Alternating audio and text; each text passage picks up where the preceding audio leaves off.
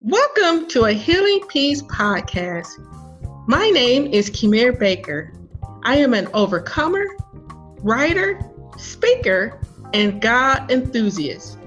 I am fueled by helping women achieve their emotional healing so that they can live the abundant life God has for them. In this podcast series, we provide faith-based inspiration to mend from emotional hurt, along with tools and tips for emotional wellness.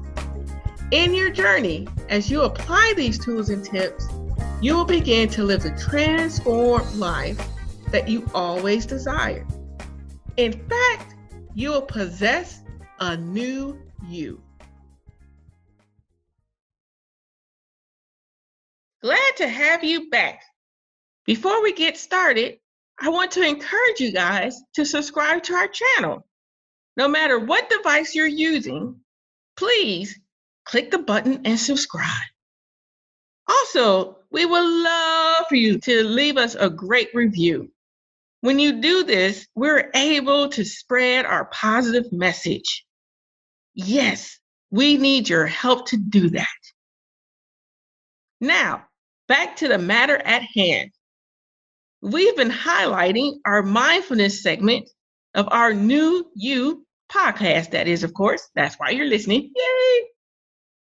We are not done just yet.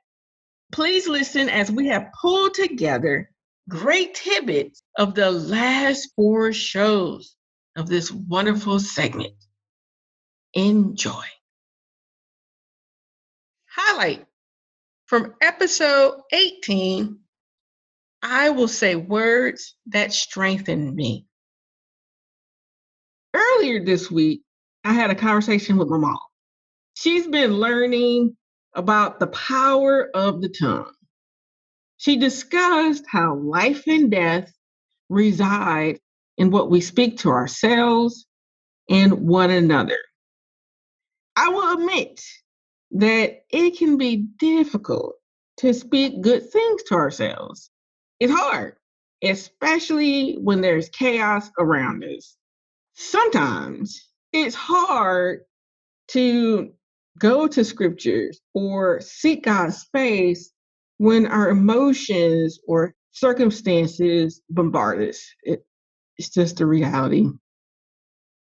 As I say this, I want to echo that you're not alone in this experience, whether thinking or being. We all have those moments where we are wrestling in this manner. But just to reveal how common we are, I would like to ask you some questions. Here we go. Have you ever felt that you could not make it or that you were about to lose it all? Or on those good days, have you ever stated that God is healing you? Or have you noticed that despite what is going on, God is not dependent on mortal man? You may be wondering, Kim, why all the questions? I do got a point. These questions come from music lyrics. The first question of, have you ever thought that you were not good enough? Laura Daigle sings about this in her song, You Say. In the song, she expresses those crazy thoughts that wander in our mind. But she acknowledges that she doesn't feel good enough or loved, weak even, and sometimes just falling short all the time. Despite all those feelings, despite all those things going on in her mind, she pleads to God to be reminded of who she is in Him. She sings about finding her worth despite her emotions. The second question, have you ever felt that you cannot make it or that you were about to lose everything? Well, somebody else has been there and sung about it. That is Marvin Sapp. he sings in his song, Never Could Have Made It. In the song, he too acknowledges those crazy thoughts and experiences. But throughout the song, he also knows that it is God who brought him through it all. That those bad situations actually made him stronger. You are a stronger person because of the situations and the circumstances that you endured, but you came out. What about my question of God not being dependent on mortal man? In William McDowell's song, You Are God Alone, God is so big that he is not created by us. Thank you very much. He is not limited by who we are. He is not confined by our restrictions. That means despite how others treat us or our conditions, God goes beyond what we can hope for or imagine. Thank you, William, for highlighting something good. In music, we have all of these great reminders for expressing the power of life. Anyways, I love me some music. Music tells a story and it sounds good at the same time. Get you moved a little bit. These lyrics, you hear people fight through their insecurities, challenges, fatigue, and everything else. But they always come out on the end because they held on to God. Highlight from episode 20, Real Talk about Isolation, Grief Recovery. Beverly, welcome to the show. I wanted to start with the most common question is what are some of the things that you've seen people discuss and talk about as they try to manage what's been going on? Well, okay, that's a really good question. So the tendency is for anybody, though, in all honesty, is to worry. I think that very few of us have been untouched by this.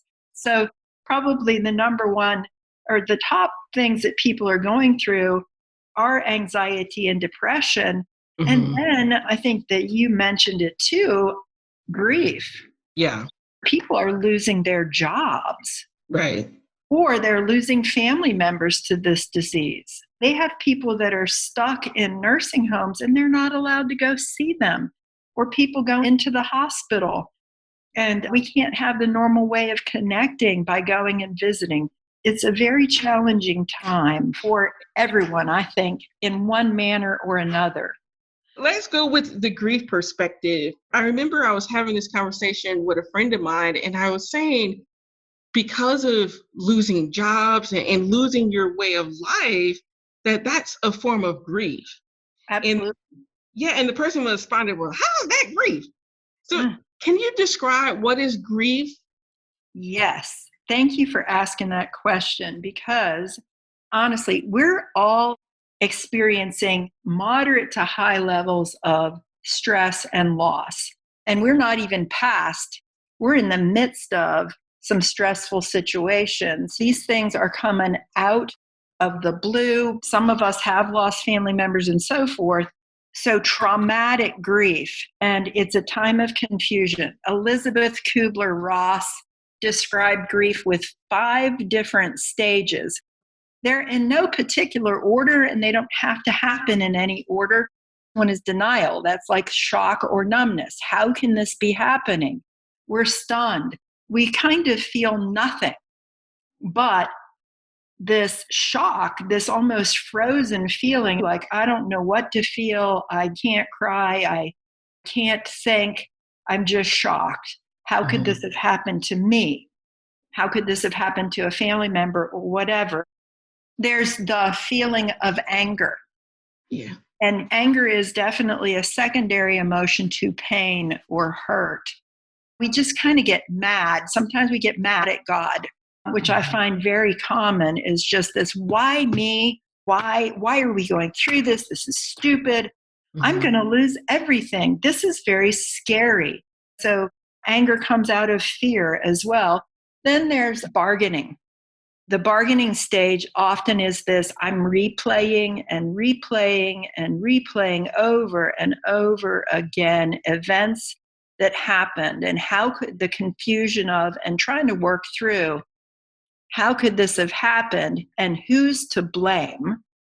And then there's depression, this feeling of hopelessness and helplessness and worthlessness that come along with the trauma in our lives. And that all gets mixed together. We can come back around each one of those, but working through that, the whole point of grief is you can't avoid it. You have to work through it. And the goal is to get to a point of acceptance. This is my new normal. I can be happy again. I'm going to be okay.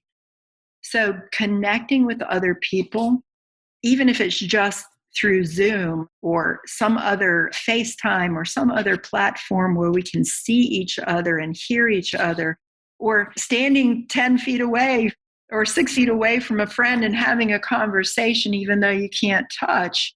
But being in proximity to each other is really key. I think we need each other. Having other people say, me too, and this is what helped me, has been probably one of the greatest helps there.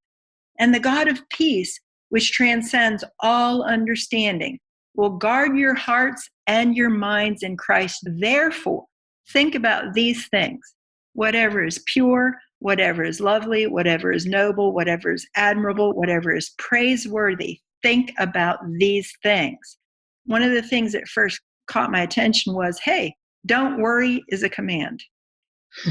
So it's possible to not worry. How do I do that? Pray with thanksgiving and make your requests known to God. God knows and God cares. And that gave me great encouragement. And literally over time, and as I practiced that, the peace of God that transcends all understanding took over. Highlight from episode 22, Real Talk about Isolation, Part 2, Mindfulness. For those who didn't listen last week, please, Bev, let people know a little bit of who you are. Okay. Last time I forgot to mention that I'm a licensed professional counselor in the state of Texas, and I'm also a licensed chemical dependence counselor, and I'm a candidate for CSAT. So I help people with sexual addiction and porn addiction and things like that as well. And of course, I am very interested in helping people with their grief and loss issues and their depression and their anxiety. I studied out with post-traumatic stress disorder during my master's because that was me. I'm in recovery for PTSD. Sure. And I want to try to flush out a little bit more is how do we apply these things to that anger, anxiety, and depression? Okay, so anger, emotions, we don't need to judge them. They just are. They're neither good nor bad. They're given to us by God to prompt us to think. And actually, I believe to turn to Him for the answers. And so rather than just sitting in the anger, we need to, well, where's this coming from? What's making me feel angry? And trying to find that root of, well, what are my greatest fears? And what do I feel is attacking me that makes me want to fight back? So anger, anxiety is that freeze mode. The depression is the flight.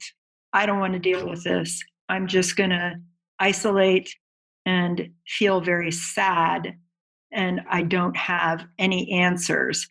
And turning our minds off of by doing things like watching a lot of TV or movies and so forth. And some people are going back to their porn addictions. They're getting wrapped up again in masturbation and connecting with people through online porn sites. We're just shutting down emotion is what I would say. So So can you give us some things that we can do to fight that big bully? Okay. So, Yeah. yes, one, again, normalize this. You are not alone. You're Okay. not the only one that is going through this. We need to reach out. I think about the importance of learning to practice mindfulness. So, I've got a lot of feelings. Again, with mindfulness, I'm not going to judge the feeling as good or bad. They just are. They're trying to get my attention for a reason. And so, what I need to do is, first of all, I think take a deep breath. You can do the four square. You can think about that. 4 counts in to breathe, and then hold for 4, exhale for 4, hold for 4. And maybe the 4 count isn't quite right for you. It could be a 3 count, it could be a 5 count.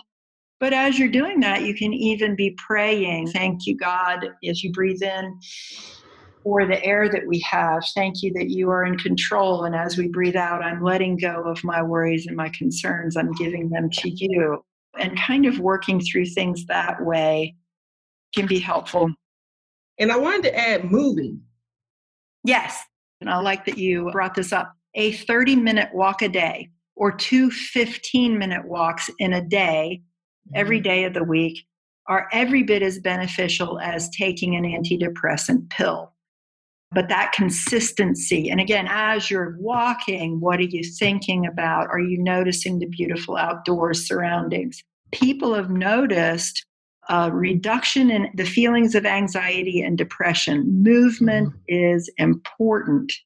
I like to share the 6F words. And Go for it. so the beginning is focus and giving ourselves permission to take time to focus on the things that we need for self-care or that we need to help others around us as well.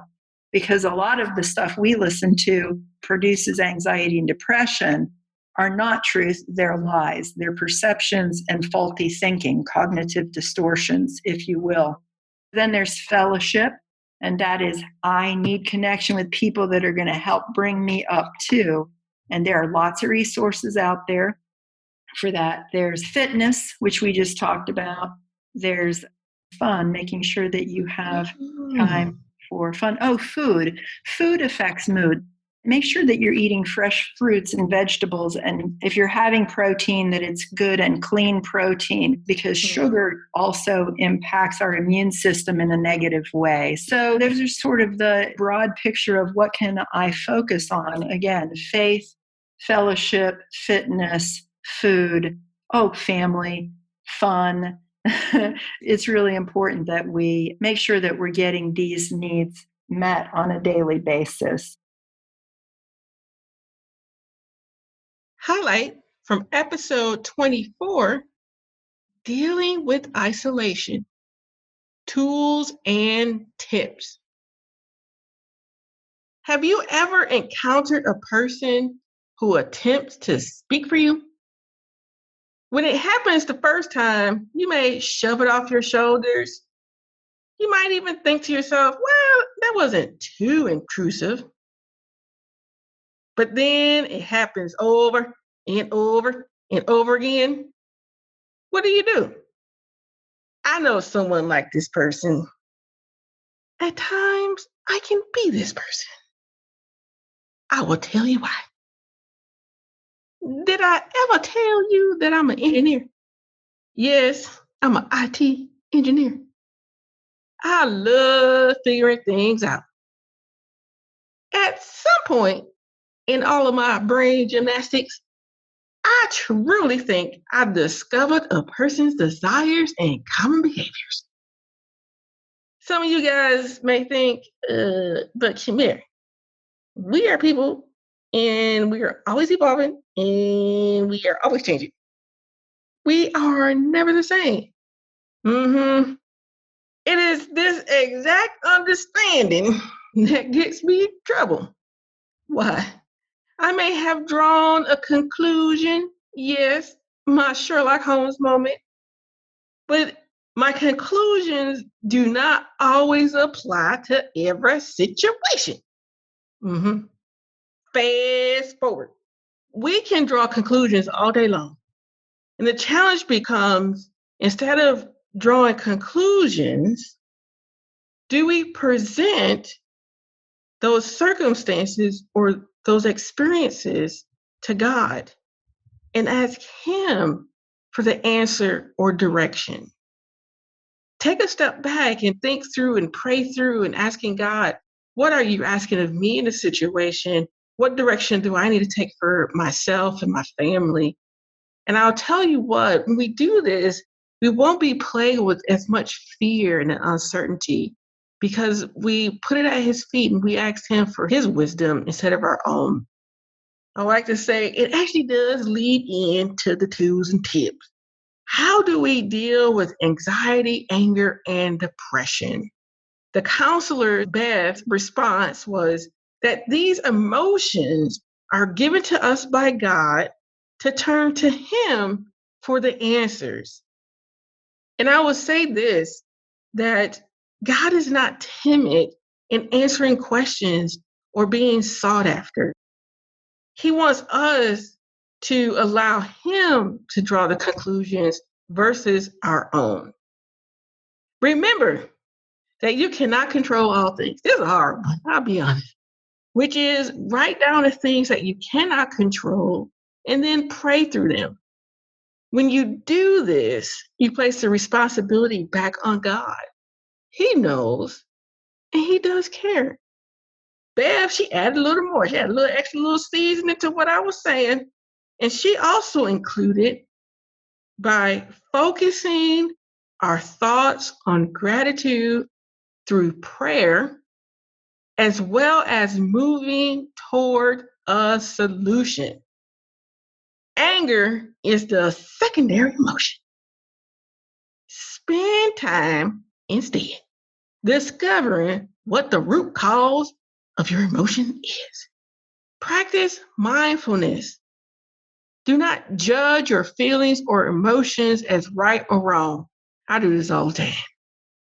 Then identify behaviors that foster peace.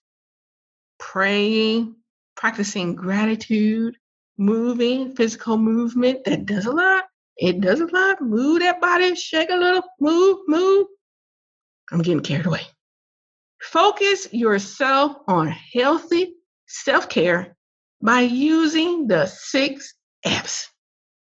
These items are faith, fellowship, fitness, food, healthy food, not crappy food, healthy food. Fun, sometimes we just need to laugh. And the last one in all that is family, good family dynamics. You have to work through it. How do we do it? Apply and reapply all the previous tips. We are not quite done yet with our Cliff Notes. Yes, we did highlight all the main episodes, but I want to share once more the tools and tips from our wonderful interviews. Our interviews are always jam-packed with great information. I wish I could say that I heard something once and I was able to apply it right away, or that I didn't need to hear it again to make sure I got it right. Yes, sometimes that repeat is good. That's why before each highlight, we provide the episode number and title. Feel free to go back and listen once more. You might catch something new during the repeat. As I stated, I love me some repeats. With this being the case, please come back next week for our tools and tips highlights.